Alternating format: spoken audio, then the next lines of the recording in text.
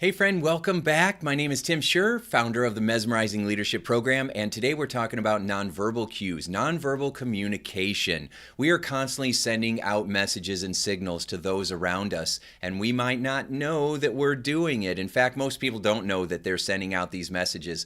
Every time you're around somebody else, you're either strengthening or weakening the relationship based on not only what you're saying or how you're saying it, but by what your body is saying, what your body language is saying. So today I'm going to give you 7 different tips that you can use strategically, intentionally, to build rapport, to build trust, to improve your communication so that you are constantly strengthening your relationships with others. Tip number 1, when you're having a conversation with somebody, stop typing. If you're by the computer, close the computer screen. I see a lot of meetings now where everybody has their laptops up, but what they do is they put this border in front of them. Okay, so if I have my phone and I'm suddenly having a conversation with you like this, does that feel different?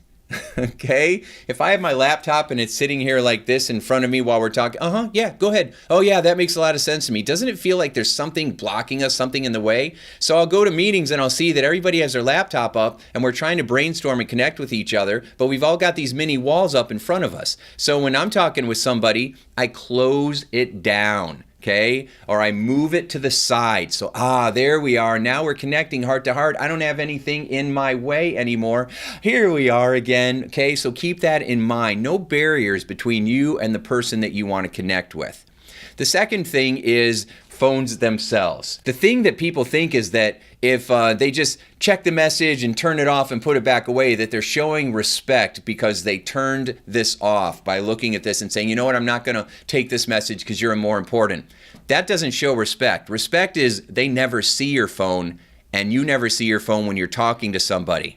Because we already know that texting and talking is not cool, because when you're checking messages, you're saying this is more important than the person in front of you, which is not a good way to build trust.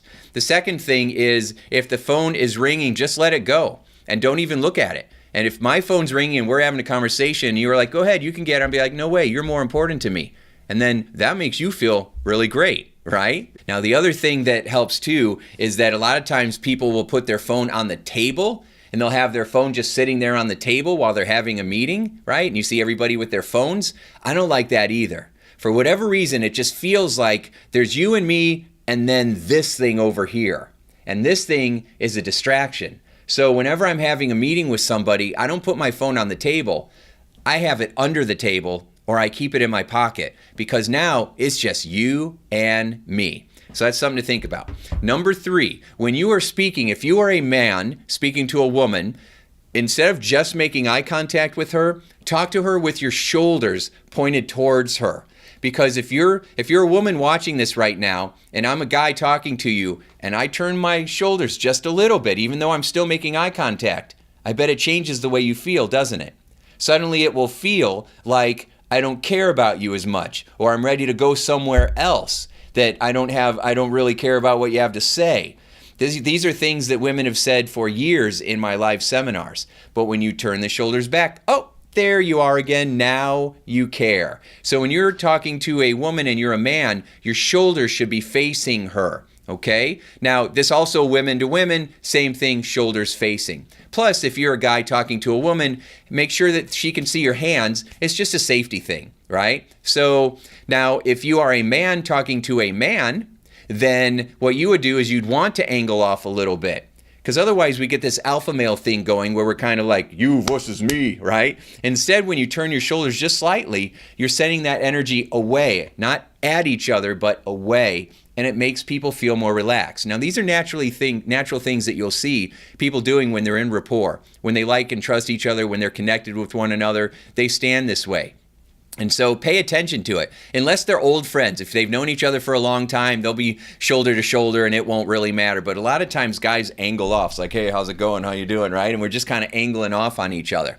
Now, women will often say, how should I stand when I'm talking to a man? Turns out you can stand any way you want. Doesn't really matter. Okay? So, but it does matter when a male is speaking to a female. Okay? So keep that in mind.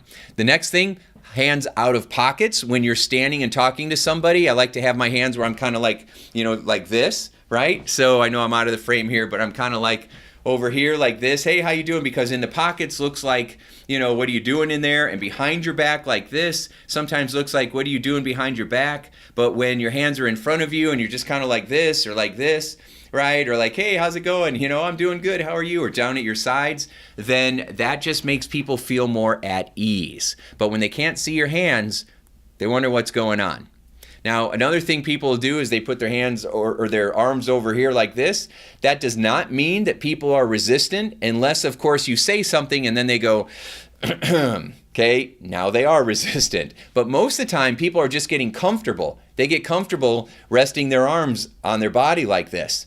And you have two choices. You can either go into this position because you're kind of matching them. If they cross their arms, you cross your arms. So you can kind of go like this, or they cross their arms like this and you can kind of laugh, and then you can cross your arms and you'll find that they're standing the same way. Because when people are in rapport, they tend to look the same way. They're standing the same way, they're speaking the same volume, they're speaking at the same pace, and they're just enjoying each other's company, right? You'll see four guys standing in a networking event and they all got their arms crossed laughing and joking, right? Nobody's closed off or defensive.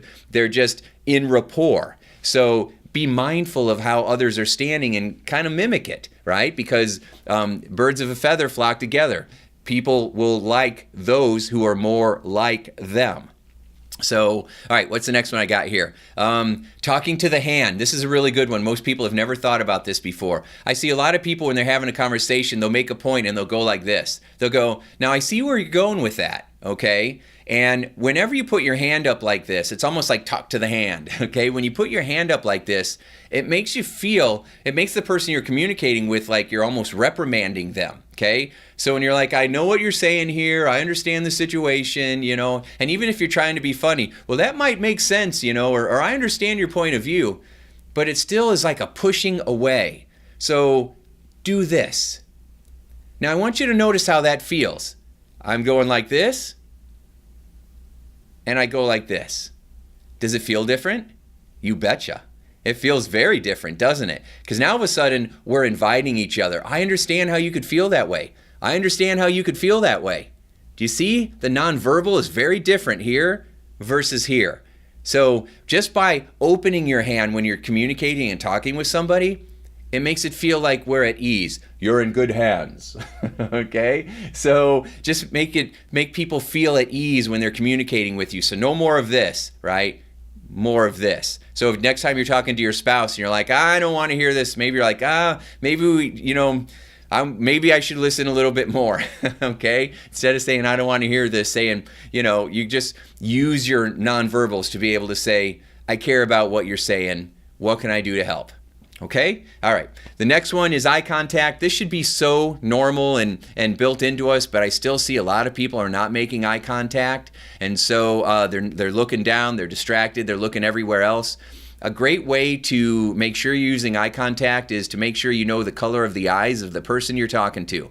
What color are their eyes? And you got to really look at them to be able to know that, okay? So I know in some cultures, or depending on the person's self-esteem, they might look down. And if I have someone that's constantly looking down when I talk to them, what I do is I look down, and then they will look at me. And I'll catch them every once in a while, look up, connect with them, and then look back down. And then that way I know they're looking right at me. And then eventually I keep looking at them, and then looking at them, and then eventually I can look at them and hold the eye contact, and they'll stay with me. They won't look back down. So just make sure you're making eye contact. Another thing is smile. Smiles can make you or break you. And a lot of times just smiling will cause your whole face to change, right? If you're walking around like, or grumpy or whatever it is, if you just smile, it changes things, right? Now, don't go overboard like, because that's a little freaky, right? But I've seen people that look like they were the meanest people in the world, and I would say hi to them, and they would smile at them, and they would smile back, like be surprised, and they would smile back, and their whole face transformed, their whole energy transformed, and they're like, wow. That looks like a completely different person just because they're smiling more. Now, when you've got a lot going on, when you're under pressure, when you're stressed, it might be hard to feel like, smiling. You might not want to be smiling because you're, feeling all this pressure on you. But you're the leader. And mesmerizing leaders, your main objective is to inspire others and take the pressure off of others. And so the way that you do that is to smile at people. And then the last tip is to lean in and nod your head and talk to them, right? So, a good nonverbal, if you're walking by, is just like, hey, how you doing today? Or hey, what's going on? And if you're talking to them, lean in. Yeah. If I'm like this talking to you, it feels very different than if I'm like this. Yeah. Okay, I understand where you're coming from. Okay? Or this. Yeah, I understand where you're coming from. Doesn't it feel different? A lot of times I'll see leaders and they kick back in their chair. It's almost like this power position. Okay, yeah, tell me how you feel. And they say, well, I'm just trying to be relaxed. Well, no, it's coming across that you're distant though, or you're pushing away. What you want to do is lean in and go, well, tell me about it. Okay, I understand, right? And you're kind of just leaning in. Not like this, but you're leaning in, you're smiling, you're trying to soften the mood or help people feel safe. And so when you combine all of these different things, then you'll find that it's pretty amazing the messages that you send at a nonverbal, emotional, unconscious level. And people will start to like you, trust you more, be more cooperative and collaborative, less complaining, more supportive environment, just because you're making these little changes. So take one of them and practice it over the next day, or take one a day, one of these techniques each day, and really practice smiling, leaning in, not having your phone around you. Okay, making eye contact and knowing the color of eyes of every employee that you have, and taking note of how you're standing when you're talking to somebody. Are you too close? Are you too far away? Are you walking by or running by and not talking to them because you're afraid someone's going to ask you a question and you got stuff to do? That sends a loud and clear message that you don't care about them, and they will return the favor. Or you slow down or say, you know what, I'm on my way. You want to join me for a little walk while we can walk and talk? And they'll be like, no, I'll catch you later, and then you follow up with them later. Or yeah, I'll go with you, and then you walk. Don't make them run after you. I knew a leader that would just run so fast as people would be out of breath trying to keep up with them. And they're like, well, that just shows that I'm in charge. And I'm like, no, it just shows that you don't care about anybody else but yourself. And they didn't like that feedback. But so that's how it is, right? If you don't like honest feedback, it's because you don't want to hear the truth. And the truth is what sets you free. The truth is what takes you from an average or ordinary or less than leader to a mesmerizing leader, okay? And that's our goal for you. So play around with this, let me know how it goes, and make your day a sure success.